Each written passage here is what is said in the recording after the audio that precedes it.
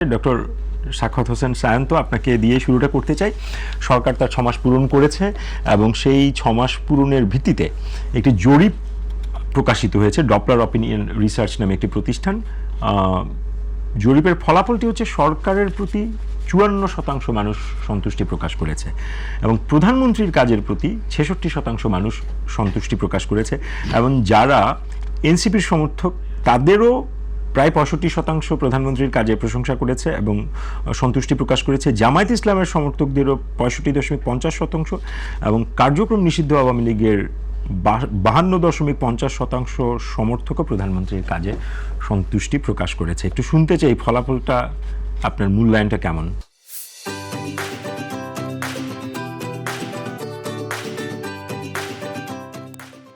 জরিপ এটা টেলিফোনের মাধ্যমে নেওয়া জরিপ। এটাতে কত সংখ্যক? 10,000-10,500 মতো ব্যক্তিকে ফোন করা হয়েছিল, তার মধ্যে সম্ভবত 4,500 মতো বা 4,000 সামথিং এতে রেসপন্ড করেছে।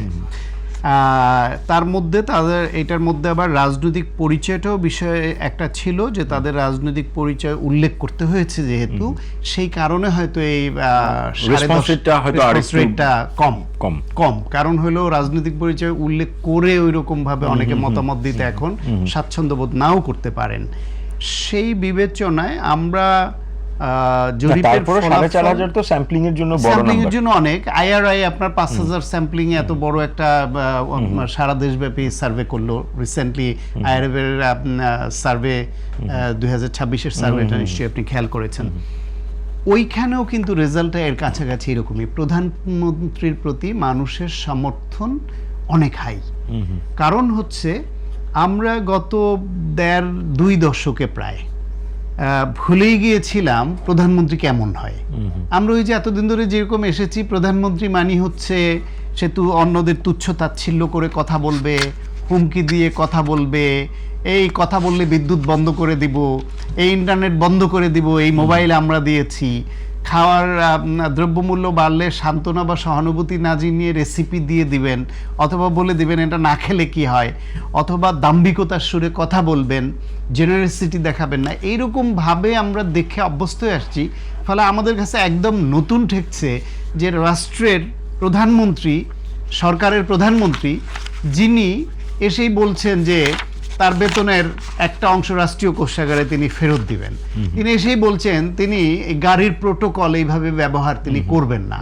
তিনি বলছেন যে অপচয় রোধ করবার জন্য অনেক ক্ষেত্রে কাটছাট করতে হবে। তিনি বলছেন যে এই এমপি এবং মন্ত্রীদের যে সরকারি প্লট এবং গাড়ি ব্যবহার, এটা না নেওয়ার সিদ্ধান্ত দিলেন এবং সবাই মেনে নিল সুন্দরভাবে। তিনি বিদেশে আমাদের এখানে কচুরিপানার উৎপাদন দেখতেও বিদেশে না করে দিয়েছে। তিনি বললেন না সরকারি খরচে এইভাবে ম্যান পাওয়ারদের এইখানে সময় নষ্ট প্লাস টাকা খরচ এইভাবে যাওয়া যাবে না। বিরোধী পক্ষের বিভিন্ন বিষয়ে যখন কোনো প্রসঙ্গ ওঠে, তিনি তাদেরকে তুচ্ছতাচ্ছিল্য করে আক্রমণাত্মক ভঙ্গিতে কথা বলছেন না। তিনি বিদ্যুৎ সাশ্রয়ের জন্য নিজের অফিসে বা বিভিন্ন দপ্তর সবাইকে যেভাবে ইনস্ট্রাকশন দিচ্ছেন, সব মিলিয়ে দেখছে প্রধানমন্ত্রী সত্যিকার অর্থেই একটি গণমানুষের পক্ষের একজন প্রধানমন্ত্রী, যেমন আশা করে একদম অচেনা চরিত্রের 2 দশক 1.5 দশক পরে, 1.5 যুগ পরে আমরা একটা অচেনা চরিত্রের প্রধানমন্ত্রী দেখে অনেকে একটু ইমপ্রেসড। সে কারণে প্রধানমন্ত্রীর প্রতি তাদের সমর্থন অকুণ্ঠ। এমনকি আপনি যেটা বললেন যে পতিত আওয়ামী লীগ, তাদেরও রাগ থাকার কথা, তারাও অনেক সংখ্যক বলছেন যে উনি ভালো করছেন। আর এনসিপি এবং জামাতের তাদের এই সংখ্যাটাও অনেক হাই, যেটা নর্মালি কারো প্রতি থাকে না। কিন্তু সরকারের প্রতি সমর্থন কত? 54, তার মানে 46%, প্রায় অর্ধেক মানুষ সরকারের 6 মাসের কার্যক্রমে সন্তুষ্টি প্রকাশ করে। আবার এই আওয়ামী লীগ পন্থী যারা, তাদের আবার এই সংখ্যাটা হচ্ছে 34। জামাত এবং এনসিপির এই সংখ্যাটাও আবার কমে এসেছে। ফলে সামগ্রিকভাবে সরকারের প্রতি সমর্থনের তুলনায় প্রধানমন্ত্রীর প্রতি সমর্থন এবং সন্তুষ্টির রেটটা অনেক হাই। সেটা আপনার আজকের এই জরিপও, সেটা আইআরআই এর জরিপেও আসে। কিন্তু সেটা কি ইন্ডিকেট করে? এইটা ইন্ডিকেট করে আমাদের প্রধানমন্ত্রী এই দেশটাকে যেভাবে গড়তে চান, তিনি সরকারকে যেভাবে দেখতে চান, তিনি রাষ্ট্র পরিচালনা যেটা প্রতিষ্ঠিত করতে চান, সেইটা তার সরকার এবং তার দলের লোকরা সবাই ফলো করছেন না। তার মেসেজটা সবাই ক্যারি করতে পারছেন না। তিনি বেতনের 10% যে রাষ্ট্রীয় কোষাগারে ফেরত দিচ্ছেন, এই 10% তার বেতন, এটা কয় টাকা? এই টাকার অ্যামাউন্ট, এটা তো একেবারে কোনো বিষয়ই না, অনেকের ডেলির নাস্তার খরচের থেকে বেশি। কিন্তু এটা ছিল তার একটা সিম্বলিক মেসেজ যে আমি এই রাষ্ট্রকে কতভাবে আমরা বেনিফিটেড করতে পারি নিজের স্বার্থকে বিসর্জন দিয়ে বা এইভাবে সংকুচিত করে। তিনি যে বিভিন্ন এই যে গাড়ি বহর যে কমালেন, তার গাড়িতে যে টাকা খরচ হয়, তার প্রোটোকলে যেই টাকা খরচ হয়, সেইটা এই রাষ্ট্রের বাজেটের তুলনায় সেটা কি এমন বিবেচ্য বিষয়। কিন্তু এটা একটা সবার জন্য মেসেজ যে আমাদের এইভাবে একটু কৃচ্ছতা সাধন করতে হবে।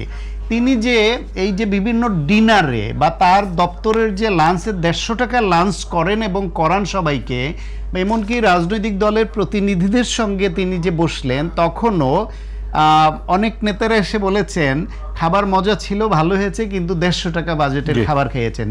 এই যে এইখানে যেই কটা টাকা বাঁচে, এটা কিন্তু টাকার অ্যামাউন্টে খুব বড় কোনো রাষ্ট্রীয় কোষাগারে জমা হওয়ার বিষয় না। বিষয়টা হচ্ছে সবার জন্য একটা মেসেজ যে আমরা রাষ্ট্রের অপচয় কমিয়ে নিজেরা কৃচ্ছতা সাধন করে কতভাবে রাষ্ট্রকে সমৃদ্ধ করতে পারি, যে মানুষের কষ্টটা উপলব্ধি করতে পারি, তাদের জন্য কল্যাণ আনতে পারি, সেই মেসেজটা। কিংবা ধরেন ক্ষেত্র বিশেষে দুর্নীতি, দখল, চাঁদাবাজি, বিভিন্ন অভিযোগ যে দল এবং সরকারের বিভিন্ন স্তরে যে আছে, এইটাকেও তিনি যেভাবে নিরুৎসাহিত করতে চান, তার এই মেসেজটা বা তার চেষ্টাটা সরকার এবং দল সামগ্রিকভাবে ধারণ করছে না বলে একটা ইন্ডিকেটর এইটা।